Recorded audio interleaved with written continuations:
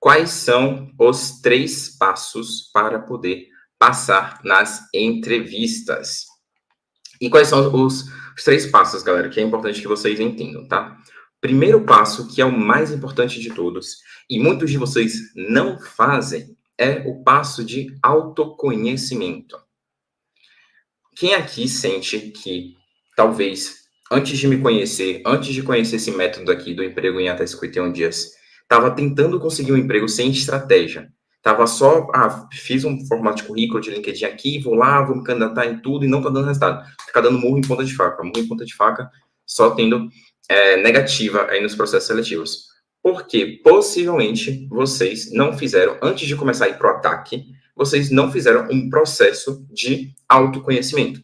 Então, esse é o primeiro passo para a gente passar nas entrevistas. E quando eu falo de autoconhecimento, é importante que a gente entenda que todos nós temos histórias, tá? Todos nós temos histórias. Se tem alguém aqui que está pensando, rapaz, esse Rick só fala de histórias, eu não entendo, eu não sei que histórias são essas. Todo mundo tem histórias. A gente só precisa fazer esse processo de autoconhecimento para definir quais são as melhores histórias. Também não adianta nada a gente ficar, né? Já sei que eu tenho histórias, eu vou botar tudo no meu LinkedIn, tudo no meu currículo, tudo. Não, calma, calma. A gente tem que saber quais são as melhores histórias. Essas melhores histórias, quando a gente faz um bom processo de autoconhecimento, é o primeiro passo para a gente poder mandar bem nas entrevistas de emprego, tá? Então é importante que vocês entendam isso.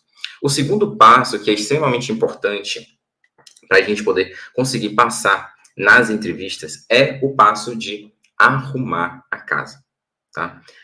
E o que é arrumar a casa, que muitas vezes eu falo aqui, talvez alguns de vocês não entendam. Arrumar a casa é arrumar currículo, arrumar LinkedIn e tal, mas falando de entrevista principalmente, tá? Nas entrevistas, é muito importante que o seu LinkedIn esteja pronto para ser avaliado no meio da entrevista. Então, tem um ponto aqui que é importante.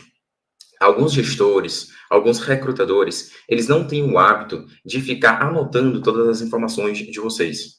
De ficar, tipo, fazendo tudo bonitinho. Deveriam fazer? Deveriam fazer. Mas a gente não tem como controlar o comportamento do outro, tá? Então, a gente vai trabalhar com o que a gente pode. E qual é o ponto? A gente precisa trazer as nossas histórias antes da entrevista para a gente poder ser chamado para a entrevista. Olha que loucura. Tem muita gente que fala, manda mensagem para mim no Instagram, no YouTube, enfim, fala assim, Rick do céu, minha pior parte é passar da triagem. Chegar na entrevista eu me garanto. Chega na entrevista eu me garanto porque eu sei contar minhas histórias. E aí que é o ponto. Você tem que contar as histórias antes da entrevista para poder ser chamado para a entrevista. Então, o LinkedIn de vocês tem que estar atualizado. Por que é o LinkedIn? Porque normalmente é mais fácil ali para um recrutador, um gestor compartilhar um com o outro. É só um link que eles vão compartilhar.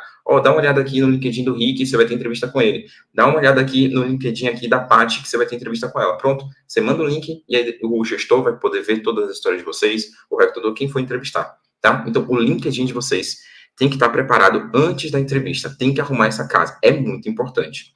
Se você está gostando do conteúdo, já se inscreva no canal para não perder outros conselhos de como conseguir o seu emprego em até 51 dias. E aí depois, o que a gente tem que fazer?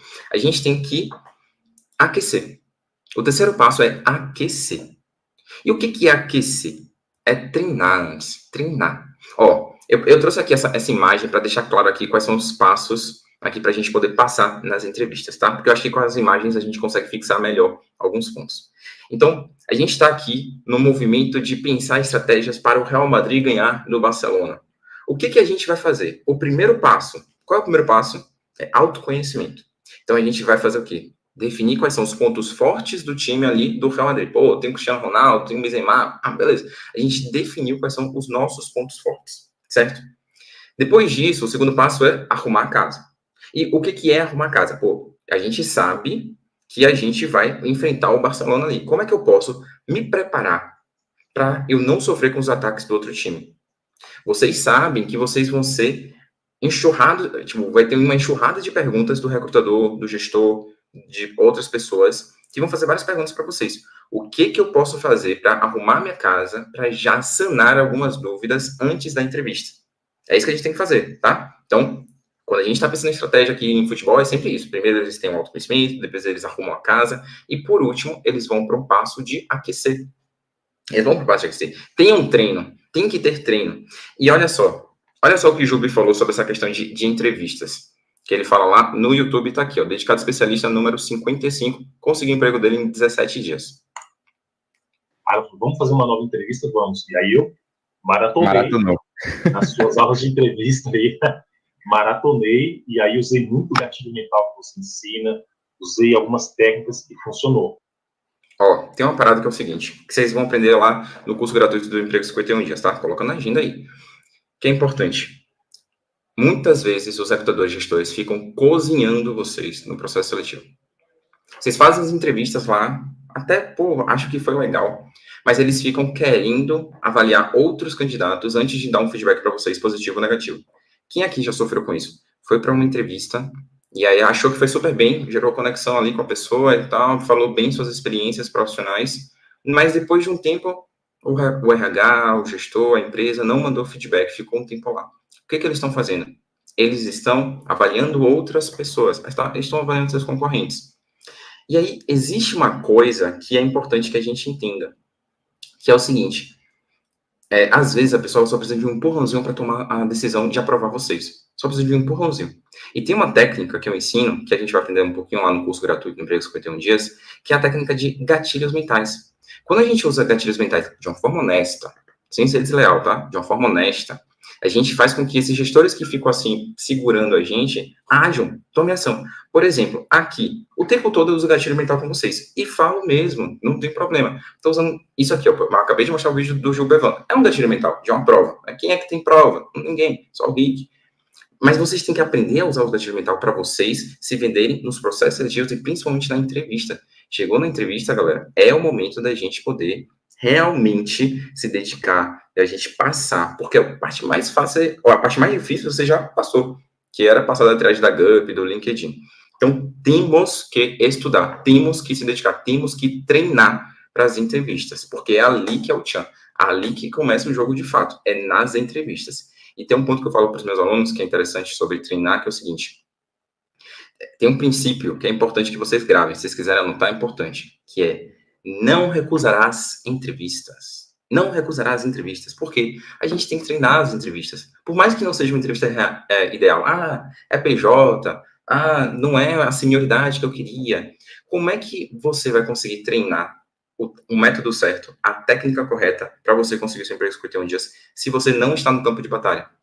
Nada se compara ao campo de batalha. Então, tem que treinar. Ou então com a pessoa. Por exemplo, eu faço simulação de entrevista com alguns meus alunos, para quem quiser.